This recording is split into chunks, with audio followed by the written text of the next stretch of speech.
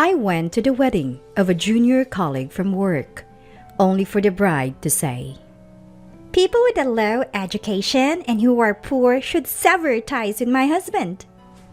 She was looking down on me because I dropped out of school. Rather than stopping her, my colleague, the groom, joined her in mocking me. I decided then and there to cut them out of my life and reach out to someone. Get ready, because I'm going to make you regret ever judging people solely on their education. My name is Godwin, and I'm 32. I was raised in an average family, neither rich nor poor, the only son of working parents. What sets me apart is that while most of my classmates were thinking about high school, I was frantically searching for a job. Both of my parents are college graduates, but I was eager to start working as soon as possible. At first, they were confused but eventually supported me, saying it's my life to live as I see fit. I first worked as a factory laborer in my hometown, then switched jobs to become a painting contractor site supervisor. Now, I've been employed at a publicly traded major machinery manufacturer for 7 years. I'm a service department manager, visiting clients to handle machinery installation, repairs, and maintenance. Today, I have another round of repairs and maintenance visits planned. As I drive toward the freeway in the company car, my work cell phone rings. Seeing the displayed company name, my mood sinks a little. Not again. I pull over and call back immediately, only to find out it's another complaint from a client. I apologize. I'll be there right away, okay? I bow my head, apologetically, phone in hand, even though the person on the other end can't see me. Now, I have to rearrange my schedule to handle this complaint first. It's going to be a long day. After 7 p.m., I return to the branch office and find Theodore from my service department already back, chatting happily with a colleague from sales. "I'm back." "Good job." Noticing me, Theodore quickly heads back to his seat and starts working on his computer. Each branch office in various regions is staffed by a small team and overseen by an area manager. In this branch, it's just Theodore, who is 2 years younger than me, and myself in the service department. "Hey, Theodore, got a minute?" "What is it?" You could hear the irritation in his voice. "Got a complaint from one of your clients this morning. I went and fixed it myself, but we're both going tomorrow to apologize." "Why did you leave it unattended for 2 days?" "I had plans both days. The CEO over there is always bossing me around. Maybe they should rethink how they treat me." As usual, all that comes out of Theodore's mouth are excuses and complaints about the client. "I'm reporting this to the area manager." I had to step in and fix a client's issue, of course.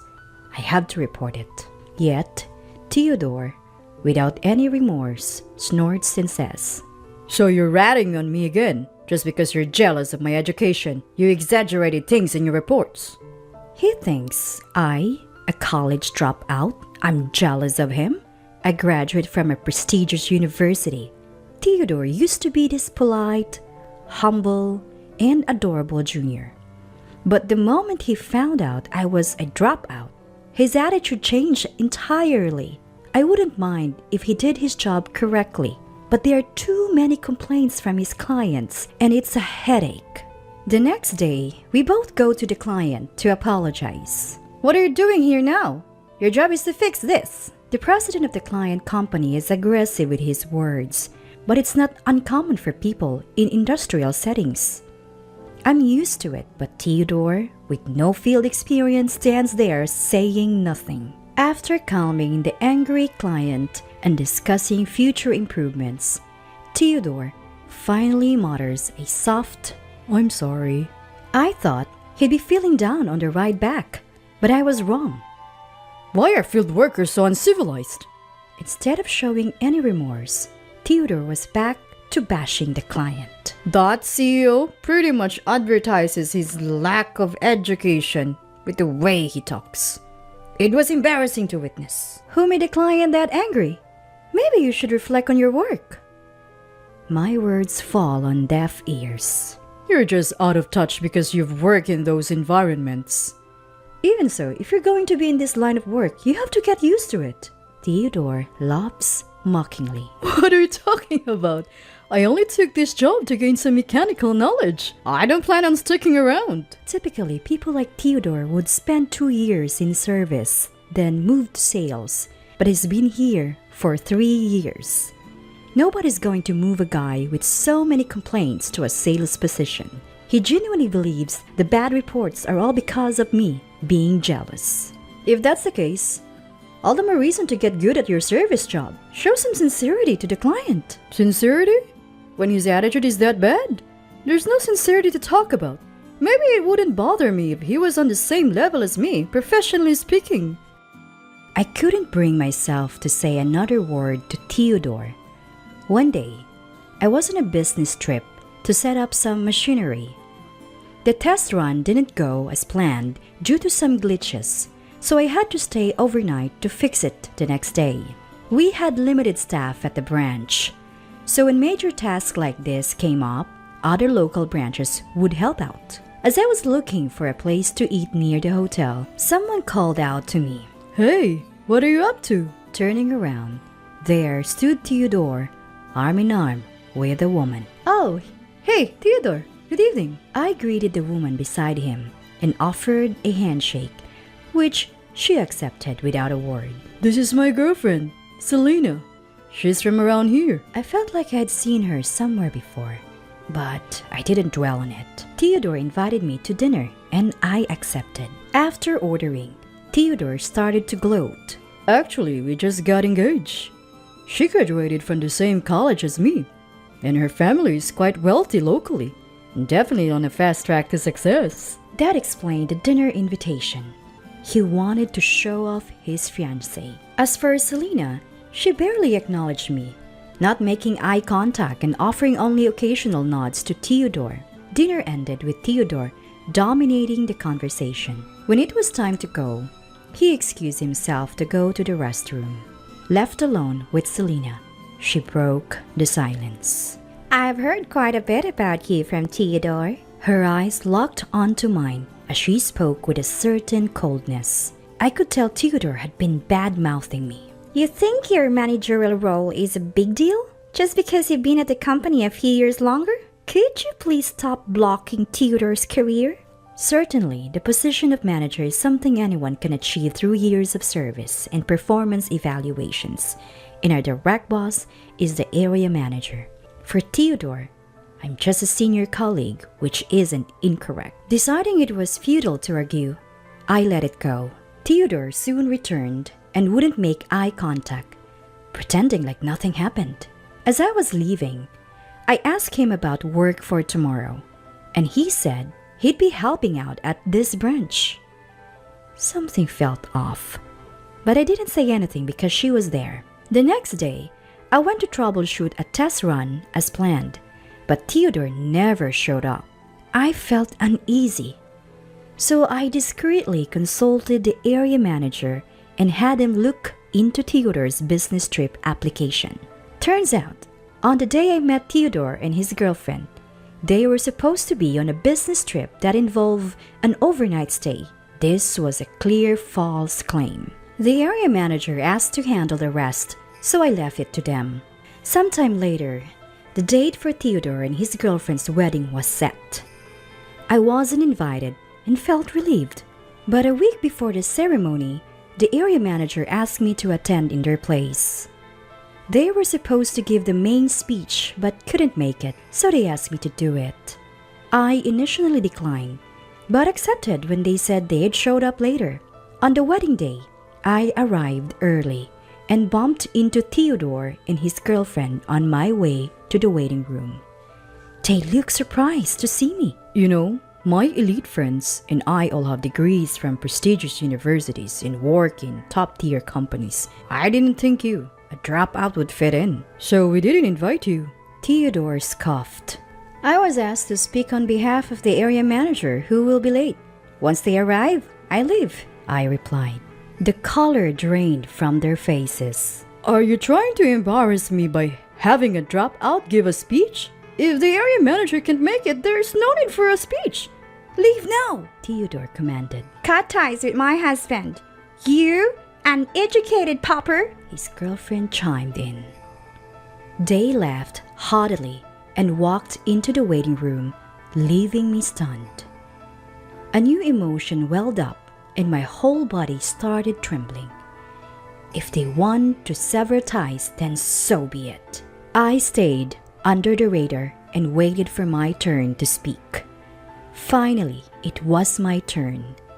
I took a deep breath and stepped up to the mic.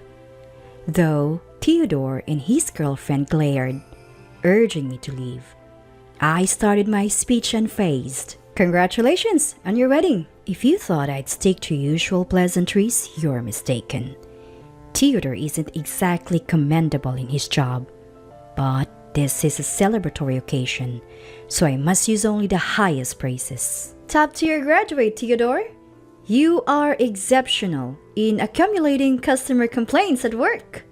Your unrepentant and arrogant behavior, always blaming our clients, really showcases your thick skin. I'm always impressed. Stop it now!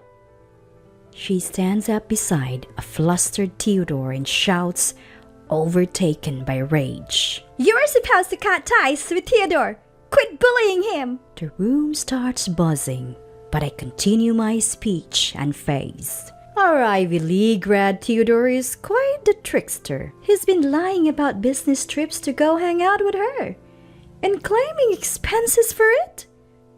That's pretty bold and clear embezzlement. Hey, cut it out! You're making this up! Theodore shouts red-faced and starts coming towards me. She also stands up and screams. What's your evidence for all of this? Are you insane? The room descends into chaos, prompting the MC to nervously ask me to stop. I thought, maybe this is as far as it goes. At that moment, the door swings open with a bang. The ones who entered the now silent room were the area manager and the president of the client company. She goes pale when she sees the president heading straight for the bride and groom's table. So, you're lying about wanting to quit your job to marry me was a lie? Turns out, she had been working as a hostess at the club. I recognize her because I was once told at the club that she was the one I was supposed to marry. I had contacted the area manager to bring the president after realizing her true identity in her dressed-up appearance. I lent you money to quit your job and pay off your debt. Then you disappeared and planned to marry someone else? That is... She couldn't come up with any excuses when faced with the calm president. Even Theodore didn't know about her working in the hostess club. He storms back to her and confronts her. What is going on? She snaps back. You act all elite, but you are a no-good criminal. Even worse than a dropout. That dropout's just jealous of me. It's all lies. The area manager quietly stands in front of the shouting Theodore. We have evidence of your actions, and we'll be reporting them to headquarters. You'll be suspended until a decision is made. Realizing the gravity of the situation, Theodore stands there, his face ashen. The president says to her, We'll be speaking through lawyers from now on. The once defiant woman breaks down in tears. The MC wisely suspends the ceremony and the guests are asked to leave. I leave the scene with the area manager and the president. Rumor has it that Theodore and she had planned to get their marriage certificate after the ceremony, but now it's off. Both families are blaming each other and fighting over the wedding costs. Theodore was fired for misconduct, and they're calculating the exact amount he embezzled for restitution. The only thing that stings a bit is that the area manager also received a pay cut for poor supervision of his subordinates. Theodore had timed his business trips to coincide with days when major tasks like machine installments were happening, and the area manager had approved these trips. As for the woman facing fraud charges from the CEO for her sham marriage, she'll likely be tied up in court for a while. Of course, I've cut ties with Theodore and haven't spoken to him since that day. As for me, I'm just going to continue living my life with my head held high.